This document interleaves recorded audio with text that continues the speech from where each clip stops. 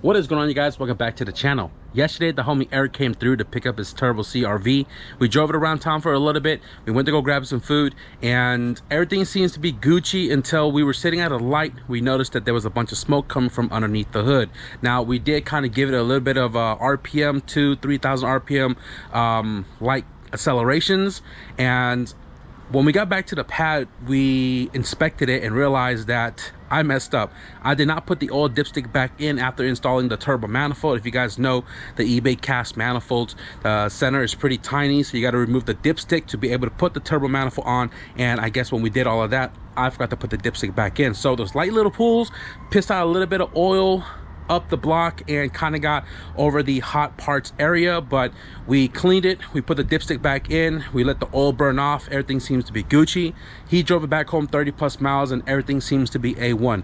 No more bubbling out of the reservoir, no more bubbling out of the cooling system. And we put a little list together for Eric to grab before we schedule for a dyno tune. So hopefully in the next 2 weeks or so, we'll be back at the dyno with the turbo CRV. Now today I'm going to keep it simple for you guys, even though it's a task for me. My brother's wagon is on the driveway for some work. Now, a little backstory on this, why it's back on the driveway, is because a couple of years ago, at the intersection of the neighborhood, the lady didn't stop.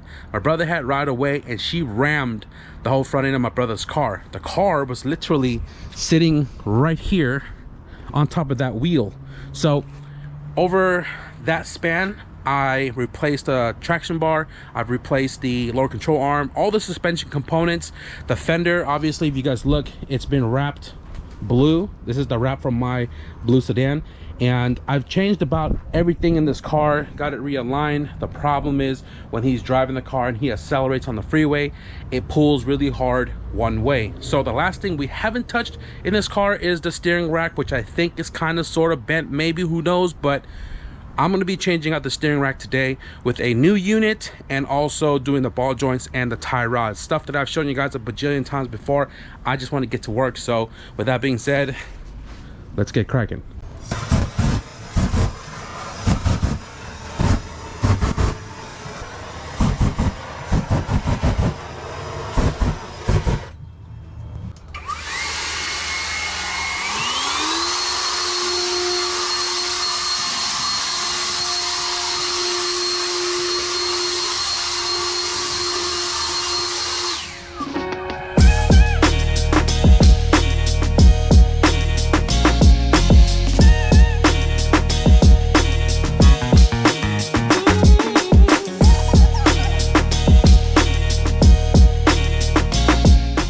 Alright guys, I want to show you this really quickly before I tear everything apart. I was taking off the tie rod on the passenger side and look at this.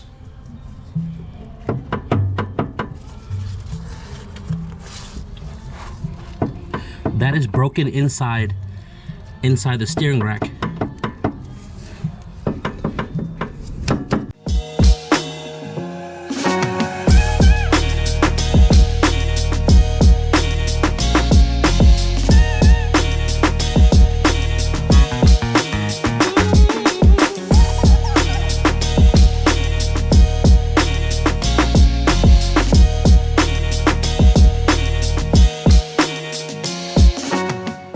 After I pulled out the steering rack, I took a little break, but I want to show you guys the steering rack before I show you the new one. This thing is shot. So I'm gonna hold the steering rack down. Here we have the like the gear inside the steering rack. Houston, we have a big problem. Not that it would matter because we're not using it, but I wonder what went bad inside of here that causes this play. This rack might be good for a rebuild, but granted it was in a car accident, I wouldn't even bother with it. Recycling bin it goes.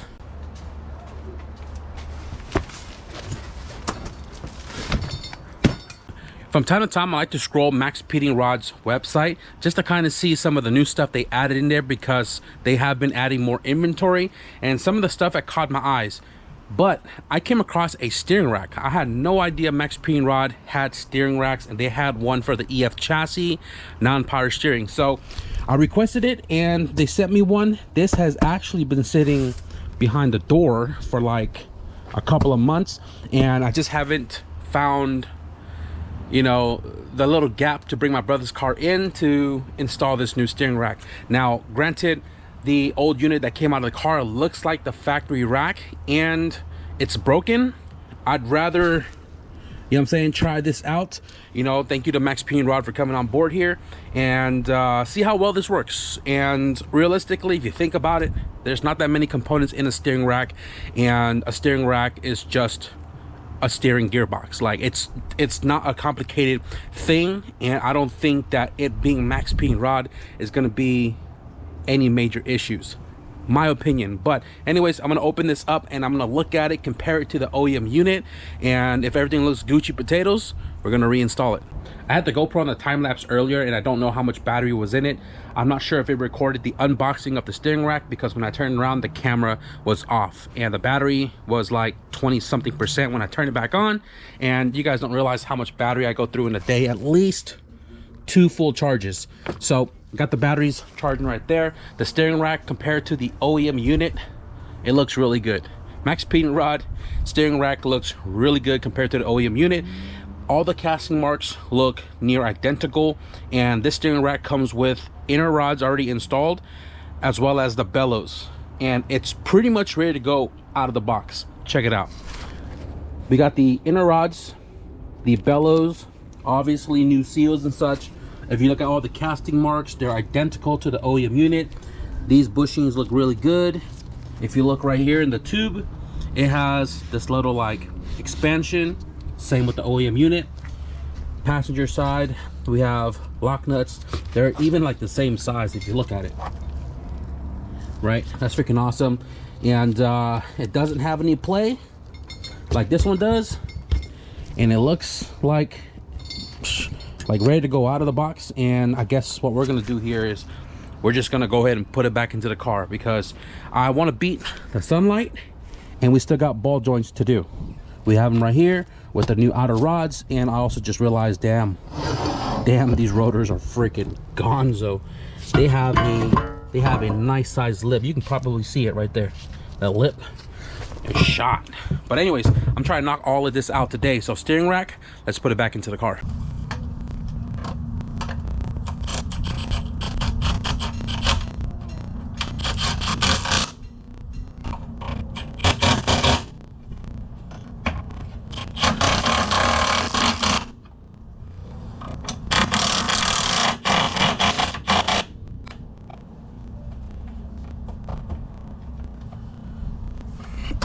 Ball joints looking super freaking crusty on both of them. Let's go ahead and change these out.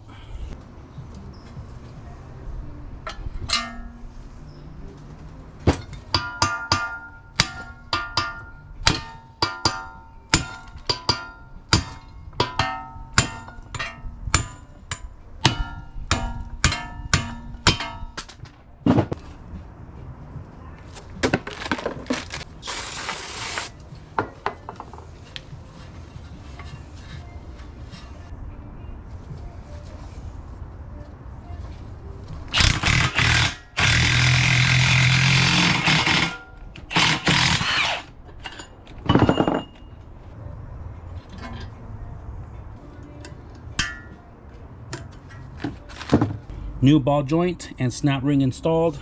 Let's go ahead and knock out this one right here. Ball joint installed. Now let's go ahead and get both the spindles back into the car. Spindle reinstalled. All the caps, caliper, cotter pins are in place aside from the tie rod. And I overhauled this car a couple of years ago, and my brother did the axle not too long after. It must have been a long time for him, because he totally forgot to remove this little ring on the CV cup.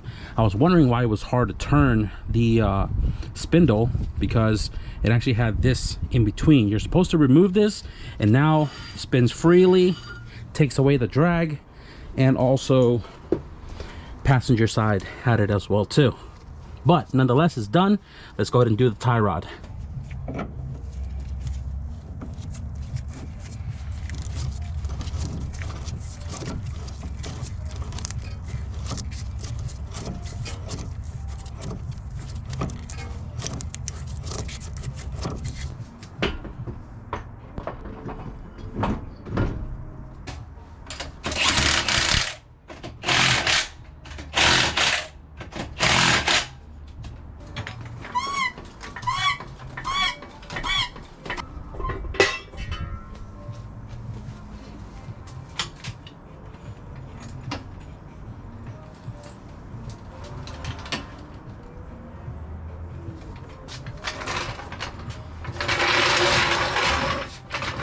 So I just drove the car around the block, and on the street, try to get the car to go straight with the steering wheel straight, and the alignment's hell off. So I moved it up to the driveway, up and down a couple of times to get the steering wheel straight and see how far off the tie rods are. In the driver's side, very noticeable that it is towed out like crazy. So if you look on the passenger side, not much stick out on the toe, front or rear. But if you go to the driver's side, you can see that toe out right there.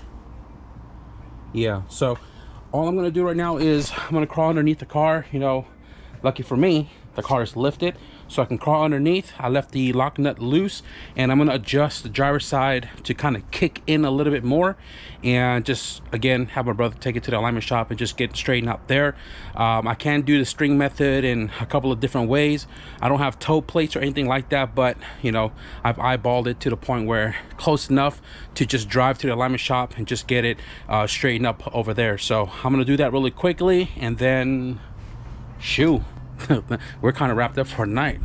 So I've adjusted the tie rods like 10 times, up and down, drive around the block, come back, straighten up the steering wheel, see how far off it is. And the steering wheel is pretty close. If anything, if you can imagine this, the steering wheel sits like it's one spline off. So it's like this a little bit, just a little bit. They're gonna take care of that at the alignment shop. I just talked to my brother. He's gonna bring it in tomorrow. He's gonna go buy a new battery and then go do the alignment to get it straightened out. I will say right off rip, it feels a ton better than the old steering rack. My brother also asked me if I could do the ball joints and such on my nephew's CRV as well too. So tomorrow I'm gonna get busy with that. Probably not gonna film it. It's the same thing we did with the homie's B16 Turbo CRV. When it first showed up to the house, we overhauled his entire suspension. Same ordeal. Faster work for me if I'm not filming it, but we're gonna do that tomorrow, knock that out of the way. And I'm probably gonna take a day or so to kind of like really sit on what we are about to do. If you guys saw the previous videos, many of them, I talked about the blue all-wheel drive sedan is gonna get torn apart after Race Wars. Race Wars has been done for like 2.5 weeks or so now, give or take, and I'm gonna be stripping down the blue all-wheel drive sedan. I'm taking the transmission, which originally belonged to the silver sedan. I'm taking the transmission and the twin disc from there to put it back into the K20A2 we got from Facebook Marketplace. And we're gonna stuff that back into the silver sedan with the turbo kit, the whole nine, to get that car up and running again. The entire setup that's in the blue sedan, the K20Z1, the turbo kit, everything pertaining to that setup aside from the intake manifold, all of that with the EP3 transmission, we're gonna put that into the KRX. That's what's on my agenda to come, because one of these cars, I am gonna get it like 100% ready for H Day, October 10th and 11th. I wrote it right here to remind me. In a couple of days, H Day is gonna release the tickets to be purchased online, so I can't wait for that. So I'm gonna take a day or so off after my nephew's car to really think this entire process through, because once I start tearing apart the blue car, there's no turning back. We're gonna prep that car for sending it off to get possibly a 10-point roll cage, and we're gonna start assembling the Max Pinion rod piston rod combo K20A2 short block to get that all entirely ready, made it up with the PBG transmission we have on the floor right there to go back into the blue car to make more power, if not towards the end of the year, IFO Vegas, or have that car ready for the 2027 race season. So yeah, man, a lot to come after the ball joint on my nephew's car. As far as this video goes, we're gonna wrap it up right here. Max pinion rod, steering rack.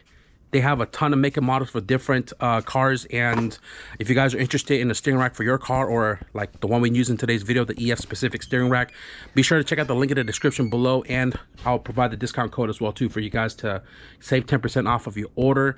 It seems like it's going to work perfectly, man. Everything seems to be nice and tidy about it, and I have no doubt in mind it's going to do what it does.